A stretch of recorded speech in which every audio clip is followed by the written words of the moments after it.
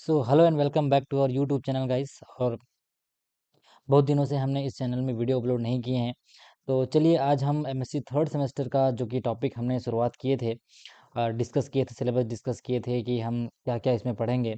तो उसी कड़ी में हम देखेंगे आज आपका जो एमएससी थर्ड सेमेस्टर का टॉपिक है। क्या है एमएससी थर्ड सेमेस्टर का जो टॉपिक है, उसमें आपको यूनिट थर्ड पेपर नंबर, ठीक है, पेपर नंबर जो 2 है, पेपर नंबर 2 है, उसमें आपको जो 302 जिसका नंबर है, उसमें केमिस्ट्री ऑफ बायोमोलिक्यूल्स करके एक चैप्टर है। क्या है? केमिस्ट्री ऑफ बायोमोलिक्यूल्स करके एक चैप्टर है। उस चैप्टर में हम देखेंगे आज एंजाइम। ठीक है, किसके बारे में? एंजाइम्स के बारे में देखेंगे। तो चलिए शुरुआत करते हैं। एंजाइम इसमें देखने वाले हम लोग nomenclature and classification of enzyme. क्या देखेंगे इसमें? जो पार्ट ए है, ए पार्ट है, nomenclature and classification of enzyme, induce feed hypothesis, concept and identification of active site by the use of inhibitor.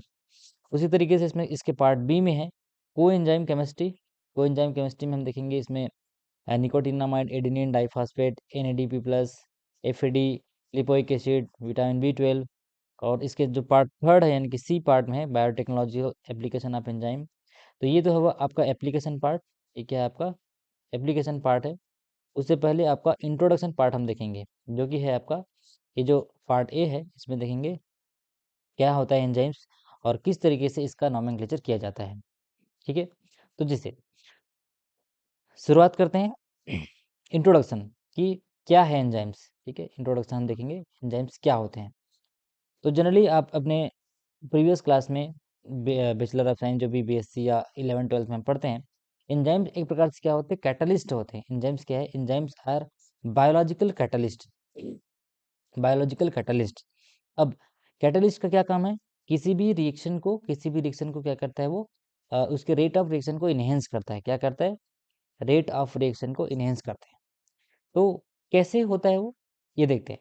जैसे कि हम जानते हैं कि लिविंग ऑर्गेनिज्म है, जैसे कि हम हमारा जो ह्यूमन बॉडी है वो क्या है? एक प्रकार से लिविंग ऑर्गेनिज्म है, और इसमें बहुत सारे रिएक्शंस का सीक्वेंस एक साथ चलते रहता है। जैसे यहाँ पे एक डायग्रामेटिकली आपको रिप्रेजेंट दिख रहा होगा, एक प्रेजेंट है कंपाउंड ए। ठीक है, कंपाउंड ए है। कंपाउंड क्या है? ए है। वो क्या हो रहा है? कंपाउंड बी में कन्वर्ट हो रहा है। कंपाउंड बी में क्या हो रहा है? कन्वर्ट हो रहा है। कैसे? रिएक्शन वन के थ्रू एक जो है, जो ए है, कहाँ पे कन्वर्ट हो रहा है? कंपाउंड बी में। उसी तरीके से जो कंपाउंड बी है, वो कहाँ से कन्वर्ट हो रहा है? कंपाउंड सी में कन्वर्ट हो रहा है। और इन द सेम वे आपका जो कंपाउंड सी है, कंपाउंड डी में कन्वर्ट हो रहा है। क्या हो रहा है? चेंज हो रहा है भाई।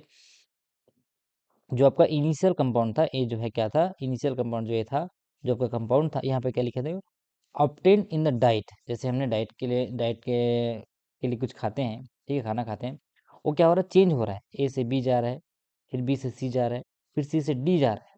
ठीक है, और फाइनली जब हम जिस जो चीज़ हमारे बॉडी को नीड होता है, उस चीज़ में वो जो कंपाउंड है कन्वर्ट हो जाता है। जैसे कि कार्बोहाइड्रेट है, प्रोटीन है, लिपिड है, फैट है, ये आपका जो एंड प्रोडक्ट है उसमें कन्वर्ट हो जाता है।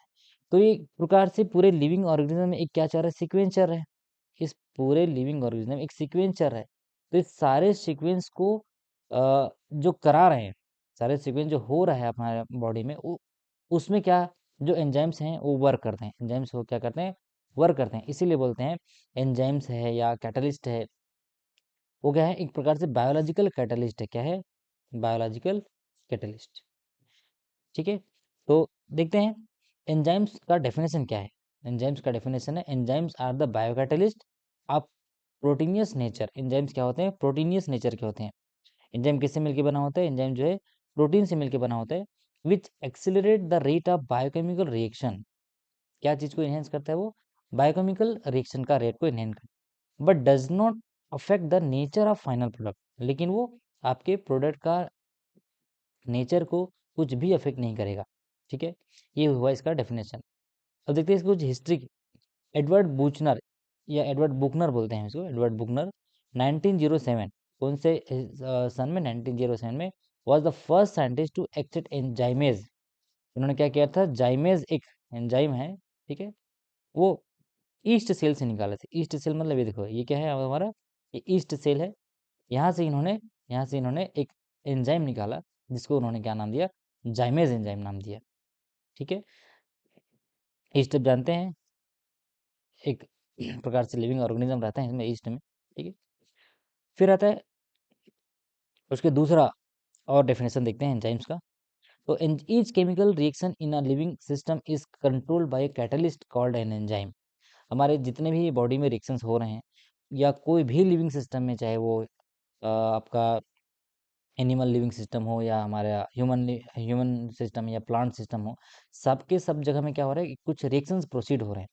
उस रिएक्शंस को कंट्रोल करने का काम कौन करता है? आपका enzyme. Enzyme is a molecule that increase the rate of reaction. ठीक है, एंजाइम क्या करता है? आपका केमिकल रिएक्शन का रेट को इंक्रीज करता है। जैसे कोई रिएक्शन है, आगे मैं आपको बताऊंगा रिएक्शन प्रोफाइल डायग्राम में। जैसे कोई रिएक्शन है, ए से बी में कन्वर्ट हो रहा है, लेकिन इस ए से बी में कन्वर्ट होने को मान लीजिए उसको 5 घंटा लग रहा है। कितना घंटा लग रहा है? 5 घंटा। लेकिन हम एंजाइम जब डालते हैं तो क्या हो जाता है? 5 घंटा से उसका समय कम हो के वो हो सकता है वो 1 घंटे में हो जाए या उससे और कम समय में हो जाए। तो उसका रेट ऑफ रिएक्शन को बढ़ा देता है और समय को कम कर देता है, यानी कि उसकी एक्टिवेशन एनर्जी को क्या कर देता है? वो कम कर देता है, without it self undergoing a permanent change. और एंजाइम जो है एज इट इज रिएक्शन के बाद क्या हो जाता है? हम उसको गेन कर लेते हैं। So life in its present form is not possible without enzyme. बिना एंजाइम के हमारा जो रिएक्शंस हो रहा है वो बिल्कुल भी पॉसिबल नहीं है। तो इस तरीके से हम कह सकते हैं कि एंजाइम है is very important things for our body. फिर नेक्स्ट है मोस्ट एंजाइम्स आर प्रोटीन। देखो मैं क्या बोला हूँ अभी, आपका जो प्रोटीन्स, आपका जो एंजाइम होते हैं वो किससे मिलकर बना होता है? प्रोटीन से मिलकर बना होता है। और enzymes are relatively large molecule. Protein जैसे कि क्या है? एक प्रकार से पॉलीमर है, बहुत बड़े मॉलिक्यूल्स होते हैं, मॉलिक्यूल्स जो प्रोटीन के होते हैं। तो in comparison with the size of molecules they categorise. भाई एंजाइम जो है वो बड़े लेवल में, मतलब बहुत बड़े मॉलिक्यूल्स होते हैं, ठीक है। और वो छोटे छोटे चीज को क्या करते हैं? वो कैटलिस्ट करते हैं। तो देखिए ये एक प्रकार से आपका क्या है, ये क्या है? आपका प्रोफाइल डायग्राम है। और यहाँ पे आपको दो एक्सिस दिख रहा है, ठीक है। मान लीजिए अगर ये वाई एक्सिस है और ये आपका एक्स एक्सिस है। तो देखिए वाई एक्सिस में आपको एनर्जी दिख रहा है और इधर आपका प्रोग्रेस ऑफ रिएक्शन क्या दिख रहा है? Progress of reaction. देखिए एक रिएक्शन है CO2 प्लस H2O, एक रिएक्शन होने जा रहा है CO2 प्लस H2O। और ये बनाएगा क्या? इसका प्रोडक्ट क्या बनने वाला है? HCO3 प्लस H प्लस, यानी कि कार्बोनिक एसिड और हाइड्रोजन जो है निकलने वाला है, ठीक है। अब देखिए जब इस रिएक्शन में एंजाइम नहीं डाले हैं हमने, there is no any enzyme included in this reaction. तो देखो आपको एक लाइन दिख रहा है, ये जो हरा कलर का लाइन दिख रहा है, देखिए ये ऊपर से जैसे आ रहा है और इसकी एक्टिवेशन एनर्जी इतना हाई है। इसकी एक्टिवेशन एनर्जी क्या है? बहुत हाई है। तो यहाँ पे लिखा है activation energy without enzyme. But in same reaction when we put enzyme, when we add enzyme, तो देखिए इसकी एक्टिवेशन एनर्जी क्या हो गई? कम हो गई, ठीक है। और एक्टिवेशन एनर्जी विथ एंजाइम का ये जो ग्राफ है आपको दिख रहा होगा, ये वाला जो ग्राफ है क्या है? एक्टिवेशन एनर्जी जो है विथ एंजाइम है। और ये जो ग्रीन कलर का आपको लाइन दिख रहा है वो क्या है? Without enzyme. तो देखिए क्या चेंजेस आपको दिख रहा है? इसकी एक्टिवेशन एनर्जी को ये क्या कर देता है? कम कर देता है। और कुछ मात्रा में एनर्जी रिलीज होता है आपका रिएक्शन से, ठीक है। तो यहाँ आपको क्या पता चला कि जो आपके एंजाइम्स होते हैं वो आपके रिएक्शंस को स्पीड कर देता है और कम समय में करता है। एक्टिवेशन एनर्जी को इसको क्या कर देता है? कम कर देता है। तो यही काम जो है आपके कैटलिस्ट हो, एंजाइम्स हो, ये सारे के सारे यही एक्शन परफॉर्म करते हैं। तो इसमें कुछ टर्मिनोलॉजी आपके सिलेबस में, आपके सिलेबस में देखने को मिलेगा। जैसे कि आपको कोफैक्टर, ठीक है, क्या होता है कोफैक्टर? एक नंबर में आपको पूछ दिया तो आपको याद रहना है क्या होते हैं कोएंजाइम्स। उसी तरीके से एक्टिव साइट क्या है, या एक्टिवेशन या इनहिबिशन। तो देखते हैं कोफैक्टर क्या है। कोफैक्टर क्या होता है? Non protein part of enzyme necessary for catalytic function. ये प्रोटीन है तो उसमें दो पार्ट रहते हैं, एक प्रोटीन सॉरी एंजाइम है तो उसमें दो पार्ट रहते हैं, ठीक है। एक आपका एंजाइम प्रोटीन पार्ट रहेगा और दूसरा क्या रहेगा तुम्हारा? नॉन प्रोटीन पार्ट, ठीक है। तो दूसरा है आपका कोएंजाइम। कोएंजाइम क्या है? ऑर्गेनिक मॉलिक्यूल है, ठीक है, जैसे कि विटामिन B12 है। तो इस तरीके से ये कोफैक्टर की तरह वर्क करता है और ये कोएंजाइम कहलाते हैं। एक्टिव साइट है। एक्टिव साइट क्या होते हैं? ऐसा साइट जैसे कि एक प्रकार से कहाँ पे सबस्ट्रेट है, तो मान लीजिए इस साइट पे आपका एंजाइम वर्क करने वाला है, इस साइट पे आपका एंजाइम जो है वर्क करने वाला है, तो ये साइट आपका क्या कहलाएगा? एक्टिव साइट कहलाएगा। तो एक प्रकार से ये 3 डायमेंशनल कैविटी होता है, ठीक है, जिसमें आके एंजाइम जो है जुड़ता है। और वो अपने उस सबस्ट्रेट पे क्या करता है, एक्शन परफॉर्म करता है। फिर फोर्थ नंबर है आपका एक्टिवेशन। एक्टिवेशन क्या है? A process that increases that action of an enzyme, कि एंजाइम की एक्शन को, एंजाइम की एक्टिविटी को क्या करते हैं, बढ़ाता है। तो उस प्रोसेस को क्या बोलते हैं? एक्टिवेशन प्रोसेस कहते हैं। और एक लास्ट है इनिबिशन। इनिबिशन यानी कि ऐसा प्रोसेस जहाँ पे आपकी एंजाइम की एक्टिविटी को कम करता है। एंजाइम की एक्टिविटी, मान लीजिए एंजाइम की एक्टिविटी ज़्यादा है, तो कभी कभी हमको ऐसा एंजाइम की ज़रूरत पड़ती है जहाँ पे उस एंजाइम की एक्टिविटी को हम मैन्युअली कम करना चाहते हैं। ठीक है, हम उसको, उसकी एक्टिविटी को रोकना चाहते हैं। तो वहाँ पे हमको क्या करना पड़ता है, इनिबिशन डालना पड़ता है। इनिबिशन एंजाइम या इनिबिटर, तो उस प्रोसेस को बोलते हैं इनिबिशन। ठीक है।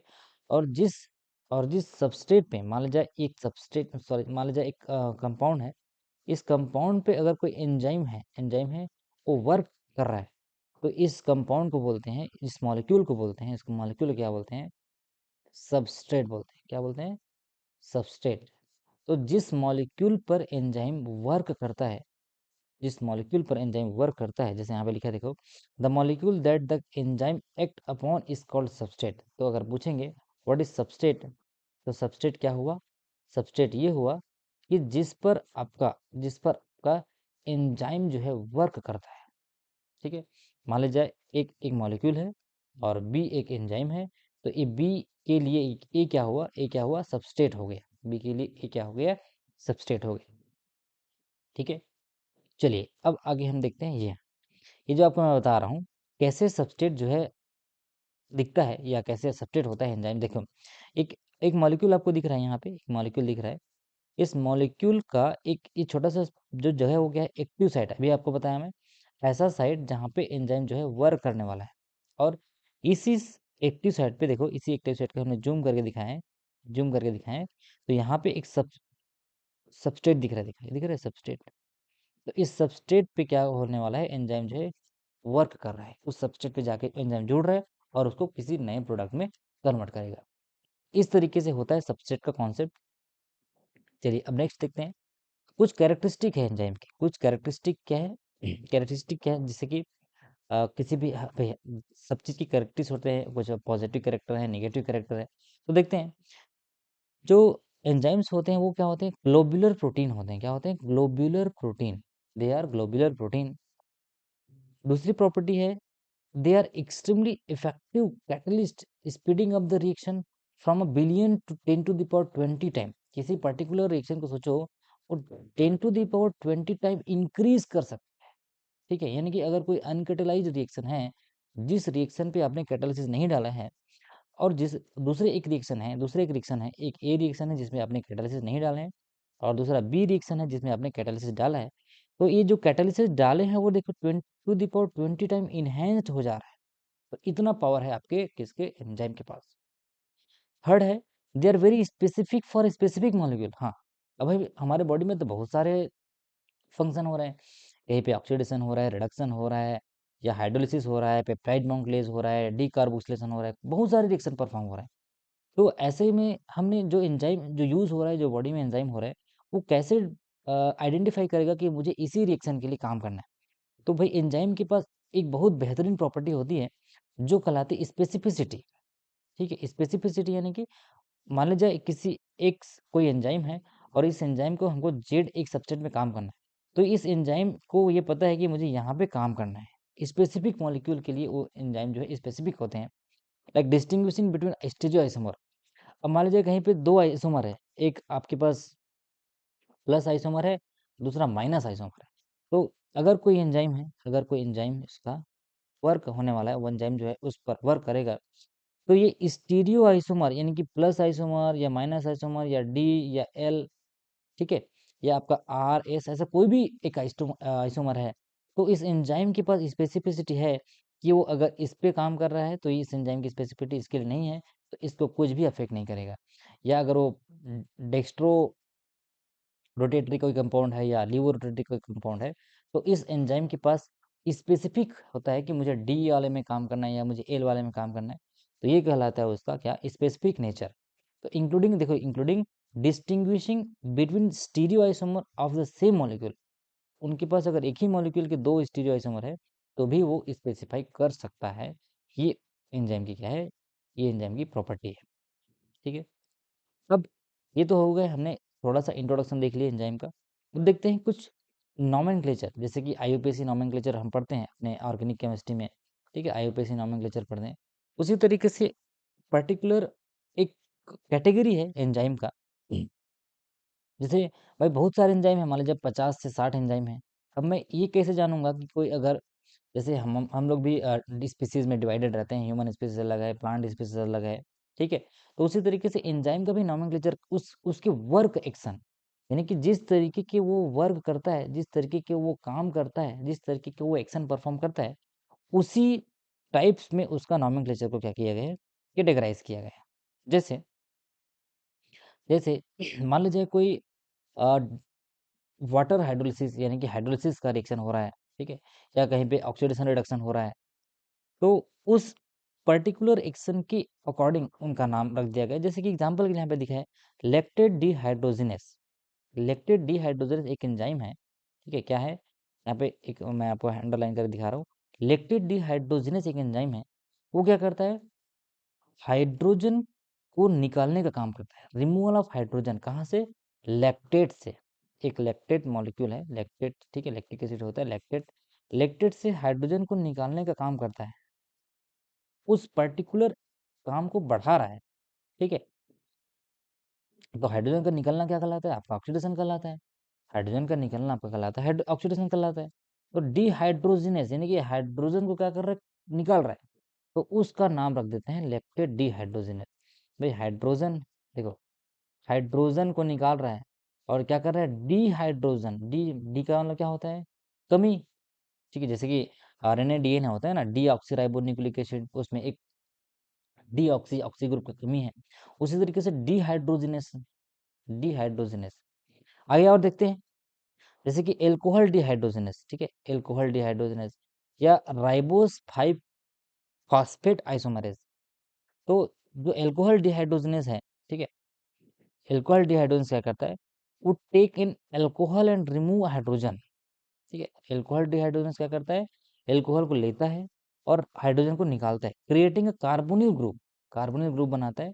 ठीक है, where there once was hydroxyl, जहाँ पे हाइड्रोक्सिल ग्रुप था, उस केस में वो क्या बना देते हैं, कार्बोनिल ग्रुप बनाता है। तो भाई जिसका जैसा काम वैसे उसका नाम। ठीक है, जैसा काम करेगा वैसा नाम रहेगा। उसी तरीके से आपका एंजाइम के केस में भी होता है भाई, कोई बहुत उद्दंड है, कोई बहुत उपद्रव मचा रहा है, तो उसका कुछ ऐसा नाम दे देते हैं। कोई बहुत भागने वाला है तो उसको भगौड़ा बोल देते हैं। उसी तरीके से जैसा वो काम कर रहा है वैसे नाम दे रहे हैं। ठीक है, नेक्स्ट आइसोमेरेज, आपका आइसोमेरेज एंजाइम। आइसोमेरेज एंजाइम क्या करता है, आइसोमरेज यानी कि एक आइसोमर से दूसरे आइसोमर में कन्वर्ट कर रहा है।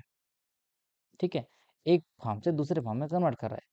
तो उस तरीके के, जैसे कि एक एंजाइम है ribose 5 phosphate isomerase.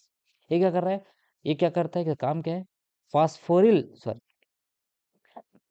फास्फोरिलेटेड sugar ribose को, जो कि एक एल्डोज शुगर है, उसको क्या कर देता है, कीटोज शुगर में कन्वर्ट करता है। देखिए, राइबोलुस सॉरी राइबो रिबोलुस 5 फास्फेट में कन्वर्ट कर देता है। तो एक आइसोमर रहा था जो कि ए आइसोमर है, इसका बी आइसोमर में उसको क्या कर दिया, चेंज कर दिया। तो उस तरीके के उसकी आइसोमर के चेंज में करने के लिए उसका नाम रख दिया आइसोमरेज। ठीक है, उसी तरीके से एक एसिड फास्फेटेज एंजाइम है। ठीक है, वो क्या कर रहा है, वो क्या कर रहा है, hydrolysis of phosphate ester bond. Acidic condition में ये फास्फेट डाइएस्टर बॉन्ड को क्लीवेज कर रहा है। तो उसका क्या नाम रख दिया, उसका क्या नाम रख दिया, उसका नाम रख दिया है एसिड फास्फेटेज। एसिड फास्फेटेज उसका नाम रख दिया। ठीक है, तो जो एंजाइम के नाम है उसको कैसे जानेंगे कि ये एंजाइम का नाम रखा गया है। तो इसमें एक सफिक्स लगता है ASE, यहाँ पे आपको लिखा दिख रहा है ASE। तो जो ASE जो रहता है वो पर्टिकुलर एंजाइम के नाम के लास्ट में लगता है, सफिक्स लगता है। जैसे कि आपने कोऑर्डिनेशन केमिस्ट्री में पढ़े होंगे, जो निगेटिव चार्ज वाला कंपाउंड होता है उसमें ATE लगाते हैं, क्या लगाते हैं, ATE फास्फेट या फेरेट या क्यूप्रेट। उसी तरीके से जो पॉजिटिव वाला होता है उसमें EM लगाते हैं, IUM। ठीक है, सोडियम, या मान लीजिए ऐसा कुछ कंपाउंड है जिसके आखिरी में आपका जो पूरे कंपाउंड में अगर प्लस चार्ज आ रहा है तो उसमें हम क्या लगाते हैं, IUM लगाते हैं। ठीक है, तो आपको ये ध्यान रखना है, एंजाइम के नाम में हमको क्या लगाते हैं, ASE, या इसे लिखते हैं फास्फेटेज एल्कोहल डिहाइड्रोजिनेज। ठीक है, चलिए अब देखते हैं थोड़ा सा इसका कैटेगरी। अभी मैं आपको बताया कि कितने मेजर ग्रुप में इसको डिवाइड किए गए हैं। तो याद रखना, एंजाइम्स को 6 मेजर, क्या है, 6 मेजर कैटेगरी में एंजाइम को डिवाइड किए गए हैं। ठीक है, तो उसका नाम हम देखेंगे और आपको ट्रिक भी बताएंगे कि कैसे उस 6 ग्रुप को आप याद कर सकते हैं। चलिए, पहला एंजाइम है, पहला है ऑक्सीडो रिडक्टेज। मैं क्या बोल रहा हूँ अभी, एंजाइम की कैटेगरी को डिवाइड किए हैं, 6 टाइप के कैटेगरी में आपके एंजाइम को डिवाइड किए गए हैं, कैटेगराइज किए गए हैं।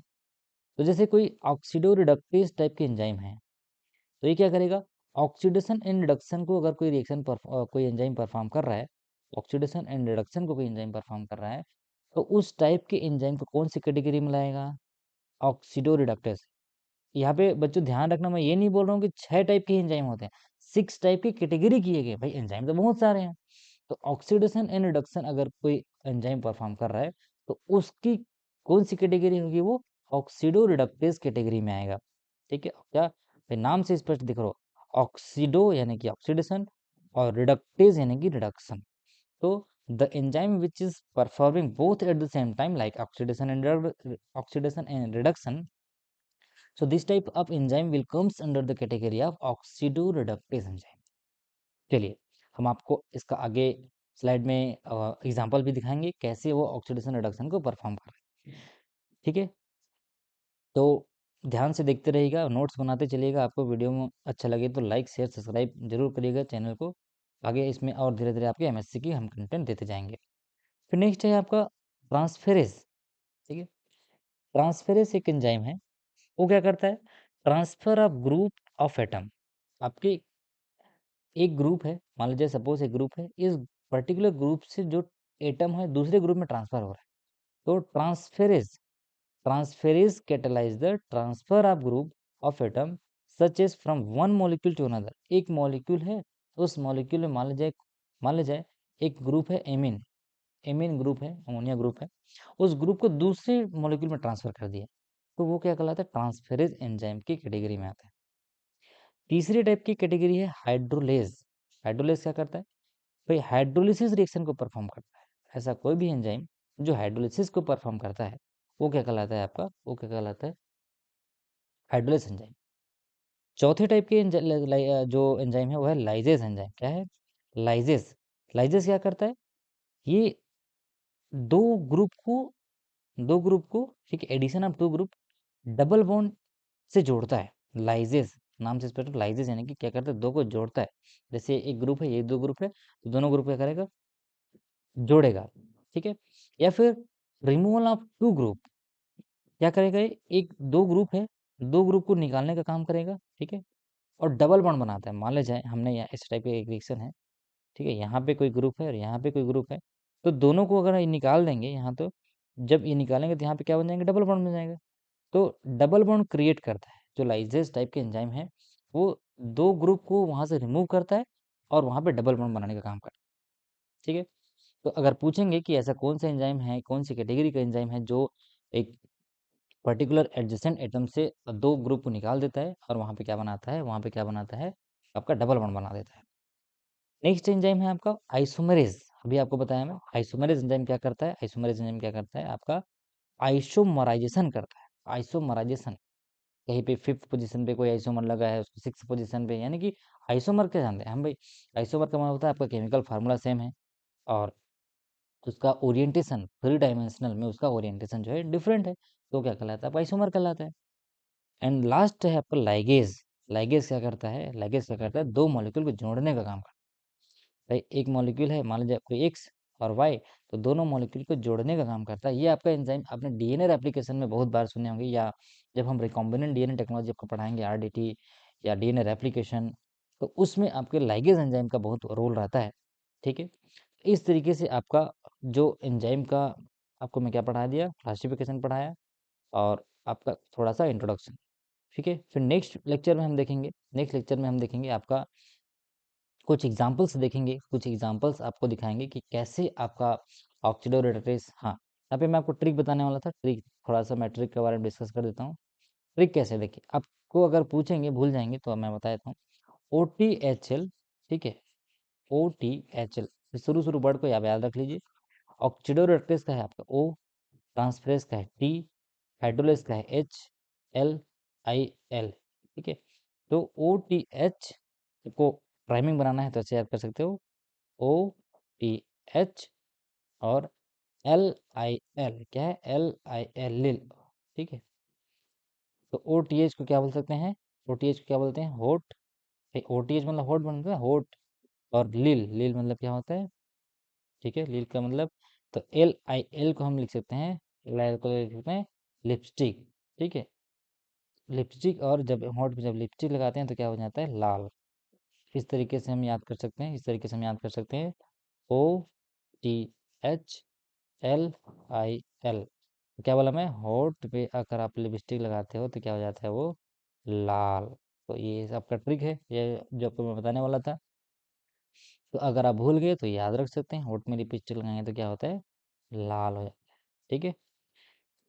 तो ये तो हो गया आपका इंट्रोडक्शन पर। तो नेक्स्ट लेक्चर में हम देखेंगे, नेक्स्ट लेक्चर में जो लेक्चर 2 में देखेंगे कुछ आपका यहाँ पे, ये जो मैं आपको बता रहा था, ठीक है, ये आपको जो बता रहा था आपका क्लासिफ नॉमेनक्लेचर हो गया, फिर क्लासिफिकेशन हो गया। इसी क्लासिफिकेशन में हम थोड़ा सा एग्जाम्पल देखेंगे, ठीक है, एग्जाम्पल कि कौन कौन से टाइप है, एग्जाम्पल भी लिखना पड़ेगा आपको एग्जाम में, ठीक है। तो चलिए मिलते हैं नेक्स्ट वीडियो में, तब तक के लिए बने रहिए। और इस चैनल में बहुत सारे और वीडियो अपलोडेड हैं थर्ड सेमेस्टर का, तब तक आप उसको देखिए, ठीक है। Thank you.